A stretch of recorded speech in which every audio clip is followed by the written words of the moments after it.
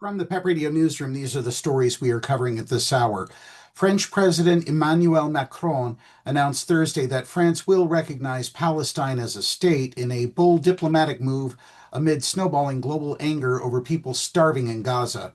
Israel denounced the decision. Macron said in a post on X that he will formalize the decision at the United Nations General Assembly in September. The urgent thing today is that the war in Gaza stops and the civilian population is saved, he wrote.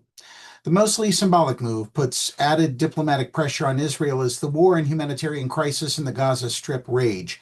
France is now the biggest Western power to recognize Palestine, and the move could pave the way for other countries to do the same.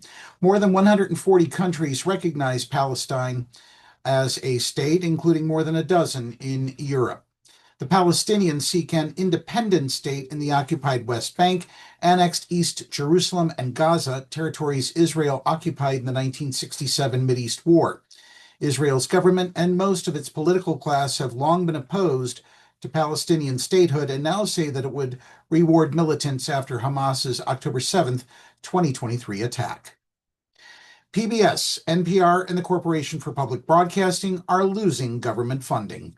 President Donald Trump signed a bill Thursday canceling about $9 billion that had been approved for public broadcasting and foreign aid as Republicans look to lock in cuts to programs targeted by the White House's Department of Government Efficiency.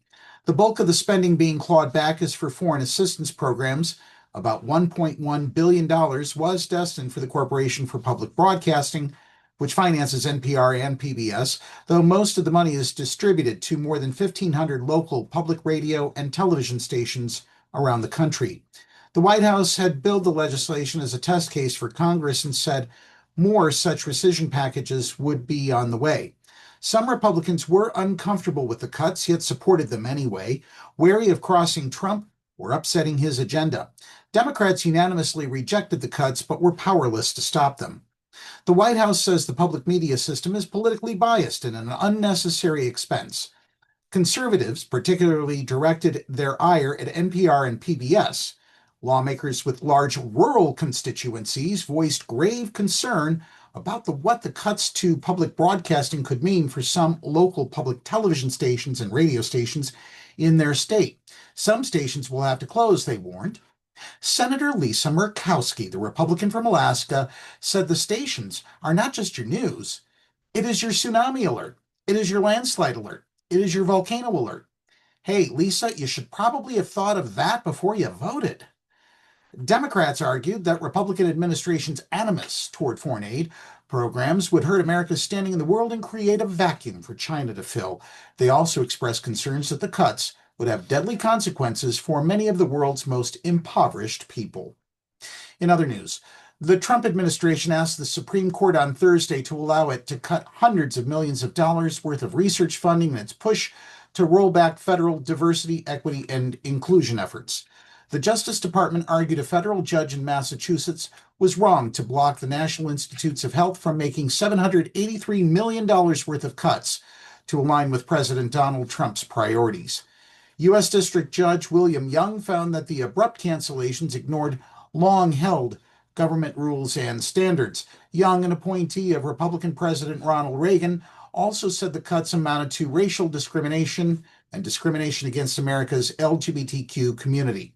The ruling came in lawsuits filed by 16 attorneys general, public health advocacy groups, and some affected scientists. This decision addressed only a fraction of the hundreds of NIH research projects that have been cut. The Trump administration's appeal also takes aim at nearly 24 cases over funding. Solicitor General D. John Sauer pointed to a 5-4 decision on the Supreme Court's emergency docket from April that allowed cuts to teacher training programs to go forward. That decision shows that district judges shouldn't be hearing those cases at all, but rather sending them to federal claims court, he argued. And finally, two-time Grammy Award-winning musician Chuck Mangione, who achieved international success in 1977 with his jazz-flavored single Feels So Good, and later became a voice actor on the animated TV comedy King of the Hill, has died. He was 84.